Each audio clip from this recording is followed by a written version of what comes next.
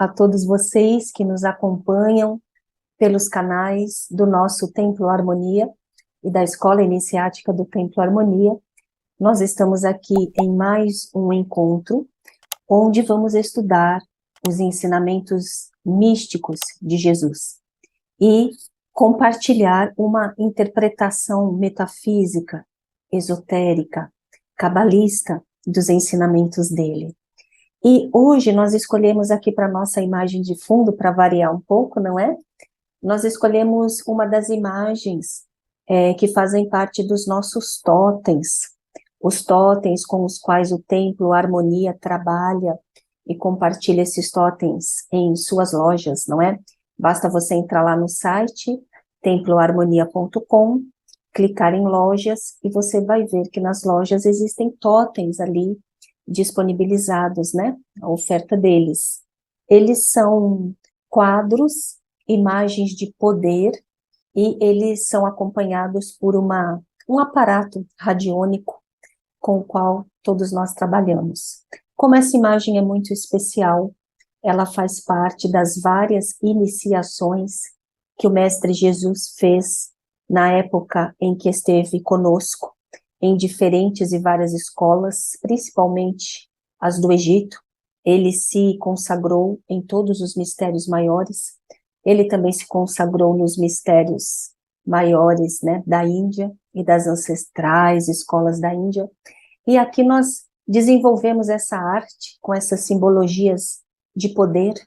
Em alguns dos nossos cursos lá nas lives do Pátio Interno, a gente explica essa simbologia, e nós hoje resolvemos compartilhar esta arte aqui muito bonita, com o rosto do nosso mestre, muito querido, muito amado, muito especial, o mestre dos mestres, nessa face dele, que é uma das pinturas do Heinrich Hoffmann. Aqui é uma montagem que nós fizemos com a pintura dele, como ele via Jesus.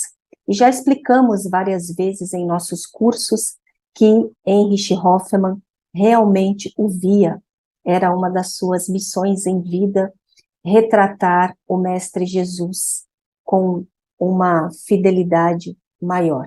Então, hoje nós vamos trabalhar com essa arte, tá bem?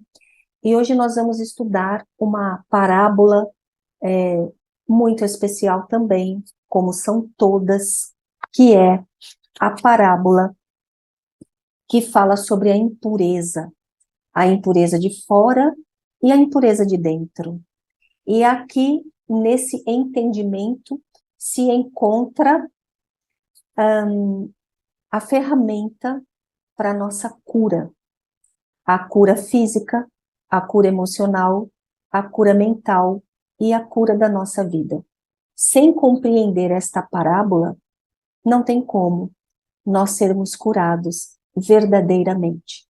O Mestre Jesus, ele ensinava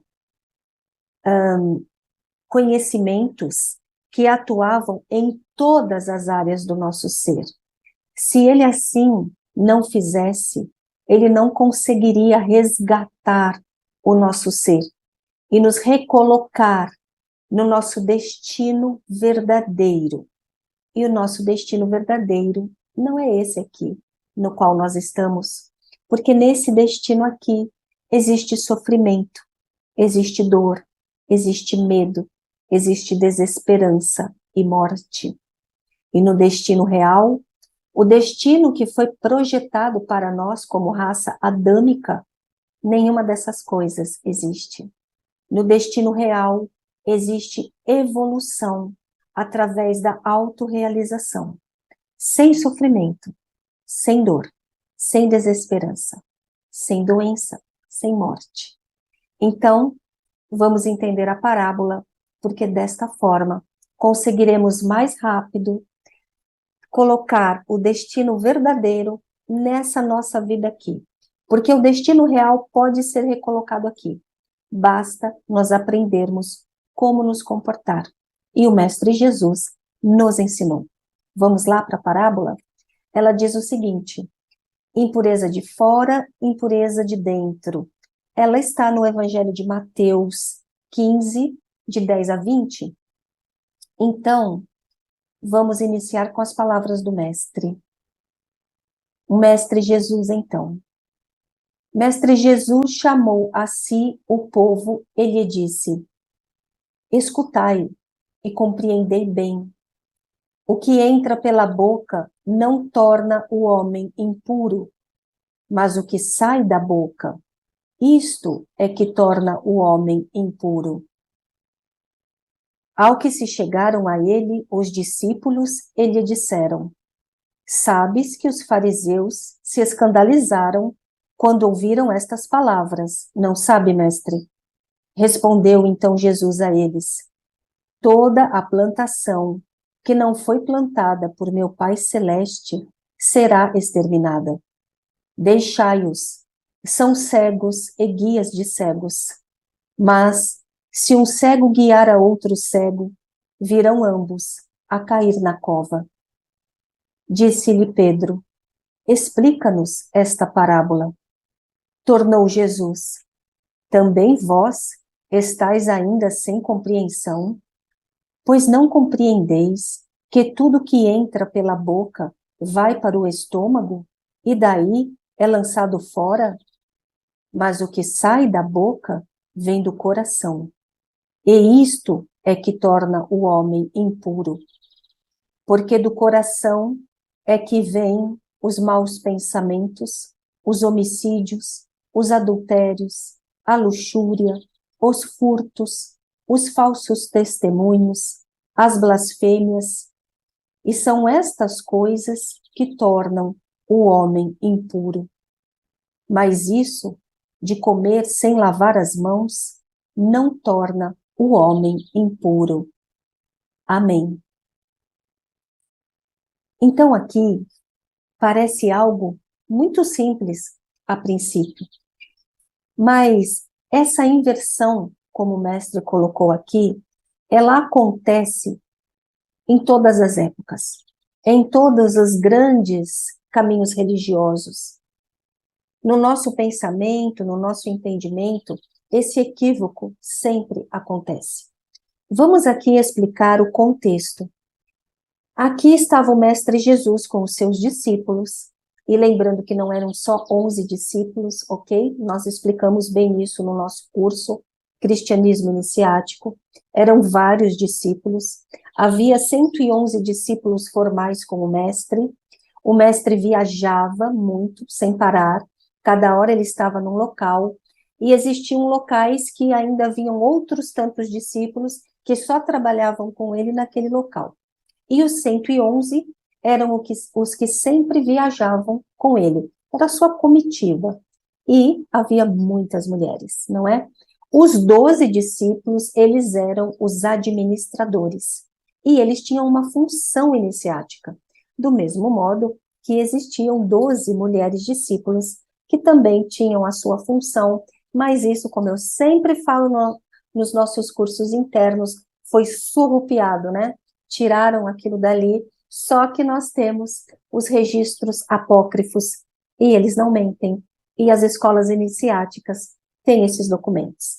Mas continuando, ele estava lá com o seu colegiado, com os seus discípulos todos, uma multidão, e acontecia o seguinte: quando eles iam se preparar para comer, eles estavam viajando, não é? Eles estavam peregrinando, e as discípulas, elas que providenciavam todo o esquema da caravana, para na hora deles se alimentarem, já ter ali os pães, já ter ali o leite, já ter ali as frutas, as amêndoas e tudo mais. Então elas iam ajeitando tudo, porque era uma multidão para comer, não é? Então todas as vezes eles trabalhavam, assessoravam o mestre, como era muito hábito no Oriente, eu sempre falo isso, o mestre Jesus era um mestre do Oriente Médio, nós temos que trazer esse jeito do mestre do Oriente, não é? Ocidentalizaram demais os ensinamentos dele, e aí nós perdemos muito daquela poesia, né? Então, naquela noite, naquele fim de tarde, as discípulas já tinham meio que organizado, aí eles iam por turmas fazer a refeição, não é? As discípulas se sentavam junto com os discípulos, o que era motivo de escândalo para vários ali, não é? Nós colocamos bem isso até nos registros do nosso curso de mestra Maria Madalena Revelada. E entendam, eles estavam numa caravana, eles estavam viajando, eles não tinham todas as comodidades de uma casa. Então, eles não tinham, às vezes, água fresca, as bacias para lavar as mãos, para fazer a higiene antes de fazer as refeições. Eles estavam exaustos, às vezes o mestre atendia centenas e centenas de pessoas no dia, falava, ensinava, curava, e eles, quando iam fazer suas refeições, estavam varados de fome, não é mesmo? Lembrando para vocês que o povo de Israel, naquela época, ele tinha, e ainda deve ter hoje, uma cultura de muitas regras de pureza, de purificação, de limpeza. E eles chamavam isso de purificação. Existem alguns historiadores que contam que eram, assim, um número absurdo de regras diárias para você se manter puro. Era assim que eles falavam. Para se manter puro, eles tinham que lavar a mão de tal ou tal forma, tinha um rito para fazer isso. O pano que eles pegavam para enxugar a mão tinha que ser aquele adequado. Eles tinham que fazer isso tantas vezes por dia, principalmente antes das refeições. E existiam várias regras, pessoal.